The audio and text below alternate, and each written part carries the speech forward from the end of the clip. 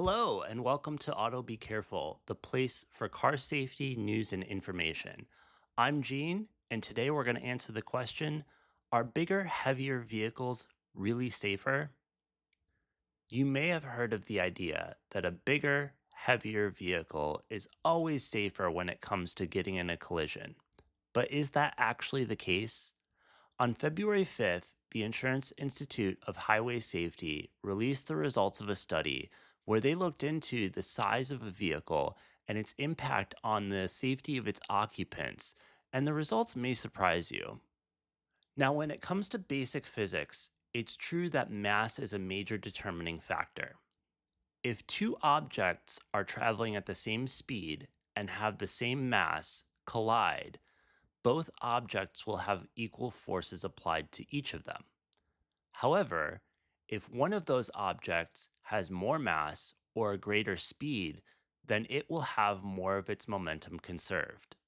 That means that the smaller object will have a bigger change in its velocity.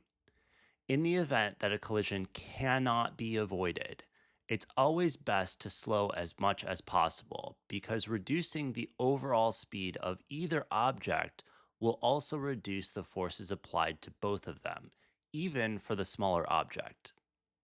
Now, while this may be true for solid objects, vehicles are much more complex, and therefore this issue is much more nuanced.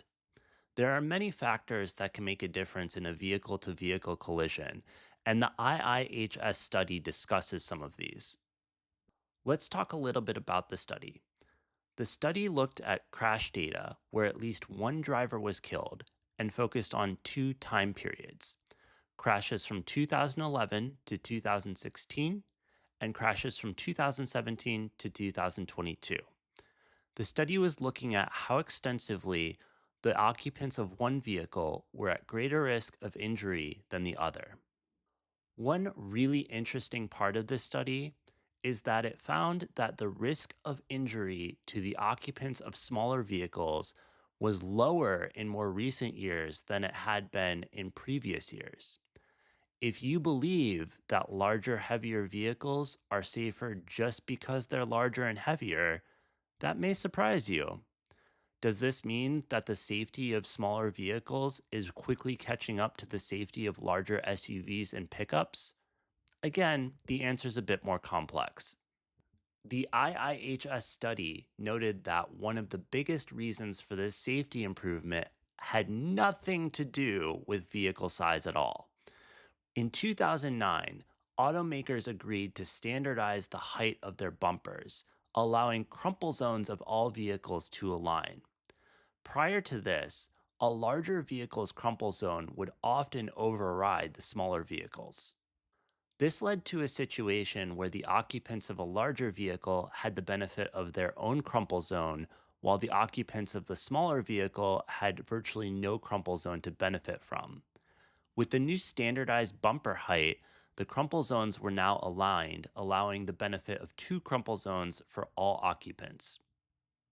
There have been additional factors that have contributed to smaller vehicles becoming safer as well. Features like additional airbags and crash avoidance systems have contributed to reduced fatalities and are completely independent from how much a vehicle weighs. All of this is to say, unlike our earlier physics example, vehicle mass doesn't play as big of a role in occupant safety as you might believe. So if you're like me, you're asking yourself, what's the ideal weight for my vehicle to be in order to keep me the safest? This has a really interesting, but not perfectly clear answer. The study found that the level of protection for occupants of a vehicle hit a limit at a certain weight, but it wasn't an exact number.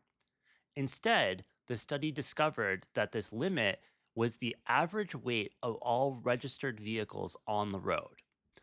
So you may be thinking to yourself that as long as you drive a vehicle that's above the average weight of all registered vehicles on the road, you're going to get the maximum benefit. But there's a bit more to the story as well. While the occupants of your vehicle may have the maximum benefit by being above the average weight, the chances of killing someone in another vehicle begin to accelerate at that number as well. So if you're driving a vehicle That's the average weight of all vehicles on the road. You're minimizing the chances of anyone involved in a collision with your vehicle from getting injured. If you instead trade that vehicle in for a heavier one, you're providing almost no additional benefit to you or the other occupants of your vehicle while drastically increasing the chances of harming someone else involved in a collision with you. While the study doesn't go as far as recommending an ideal weight for your next vehicle, the data suggests that the average weight of vehicles on the road today is a great place to start. As of 2022, that number was roughly around 4,000 pounds. Now, this number may fluctuate over time. In the years following what is now known as the Great Recession, the average weight of all vehicles on the road probably went down as smaller, more fuel efficient vehicles became more popular. In more recent years, the average weight of vehicles on the road likely went up as electric vehicles, which tend to be heavier than their gas counterparts, and SUVs and trucks became more popular. Even with these changes over time, getting a vehicle that's currently the average weight of vehicles on the road is a great place to start and ensures that you get the maximum benefit even if this number starts to fluctuate slightly as the years go on. So, if you're looking to get the maximum safety benefit out of your next vehicle, now you know that the type of vehicle you decide on may not have as big of an impact as you may have previously thought.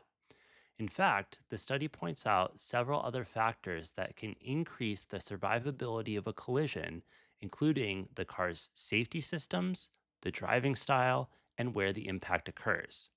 Plus, as time goes on, the percentage of newer vehicles with advanced safety systems is going to increase, making us all safer. As always, thanks for watching. I hope you learned something, and remember to like and subscribe.